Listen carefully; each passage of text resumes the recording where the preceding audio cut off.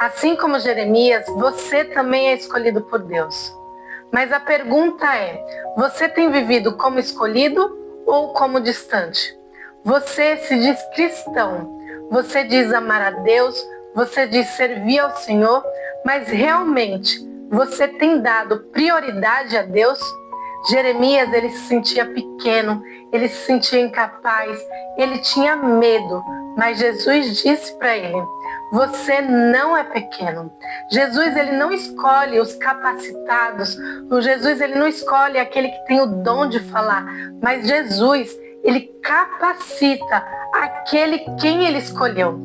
Então, o Senhor, ele coloca suas palavras na nossa boca.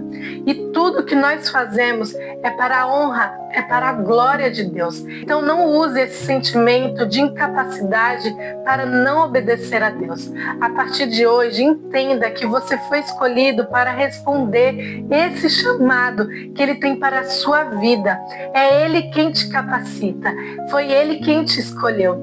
Então use esse chamado para falar cada vez mais do amor de Deus, da presença de Deus, do que ele é capaz de fazer na vida das pessoas, assim como ele fez na sua vida, assim como ele te transformou, assim como ele fez na minha vida. Eu também me sentia incapaz, eu também me sentia pequena, eu também tinha medo, eu achava que eu não sabia falar, mas não sou eu que falo, não é sobre mim, é sobre ele, e é ele que capacita cada um de nós para poder falarmos sobre o nome dele, para podermos honrarmos, para podermos darmos glórias a ele, porque é ele que nos usa para podermos levar a sua palavra. Nós somos instrumentos de Deus aqui nessa terra, nós somos luz, nós somos sal, e é ele que nos coloca em cada lugar, é ele que nos coloca no lugar que ele quer para sermos esse instrumento de Deus na vida de outras pessoas, para que possamos ajudar cada um que está passando por dificuldade, por lutas, por problemas, achando que não irão conseguir superar as suas lutas, as suas batalhas, e ele usa a nossa vida para mostrar que tem saída para a vida de outras pessoas, assim como ele nos deu saída de onde nós estávamos, no fundo do poço, angustiado, triste, vivendo em momentos de tempestade, de turbulência. Ele nos tirou desse lugar. Então ele nos usa para mostrarmos que o outro também tem a capacidade de sair. Então responda o chamado de Deus no dia de hoje. Responda o Senhor, porque você foi escolhido para fazer a diferença na vida do próximo, na vida do seu irmão, para levantar cada um desses filhos de Deus.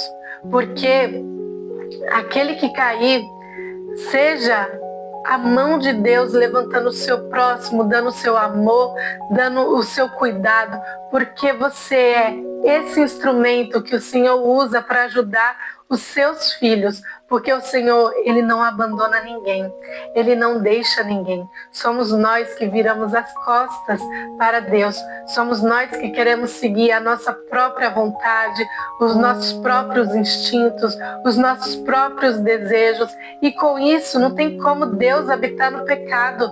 Deus, ele não habita em pecado nenhum. Deus, ele habita na santidade, nas pessoas puras. Não que nós sejamos santos, puros, não é isso, mas onde há arrependimento, há a presença de Deus na vida de cada um. Então que você se arrependa dos seus erros, se arrependa dos seus pecados, para que você possa ter cada vez mais proximidade do Senhor, para que você possa responder a esse chamado que Deus deu para você. No começo é amor, é entrega, é paixão. No começo é onde você quer ouvir a voz de Deus, é onde você quer fazer a vontade de Deus. Você começa a ler a Bíblia, você começa a jejuar, você começa a orar todos os dias, a fazer o seu devocional, a fazer a sua entrega. Mas depois, quando você está na presença de Deus, quando Deus ele começa a te responder, você vira as costas para ele. Você se distancia da presença de Deus. E com isso você volta para a presença do Senhor somente quando você se fere, somente quando você se machuca, somente quando você está dolorida. E aí é nesse momento que você volta a buscar a Deus com todo o seu amor, com toda a sua intensidade. Então que você entenda que não é só nos momentos ruins que você tem que buscar a Deus, que você busque o Senhor também quando você está bem, quando você está feliz, quando você está alegre, quando você está preenchida, quando você se sente realizada. É nesses momentos que você também precisa buscar a Deus de todo o seu coração. E não somente quando tudo dá errado, e não somente quando você se machuca, e não somente quando você se fere. Então entenda, busque a Deus com todo o seu coração, com toda a sua intensidade, até nos seus dias mais alegres, até nos seus dias mais felizes. Que você esteja na presença de Deus todos os dias da sua vida. Naquela época, Jeremias mostrava o povo trocando Deus pelos deuses. Trazendo para os nossos dias de hoje, você, o que tem feito? Qual tem sido o seu Deus? As redes sociais, a televisão, o celular, as suas emoções, a aprovação dos outros? Qual tem sido o seu Deus, aquele que tem te distanciado da presença de Deus? O que você não consegue mais deixar que já virou seu Deus? O que é que tem ocupado o seu coração no lugar de Deus? O que é que tem te distanciado do Senhor? Para refletir isso no dia de hoje.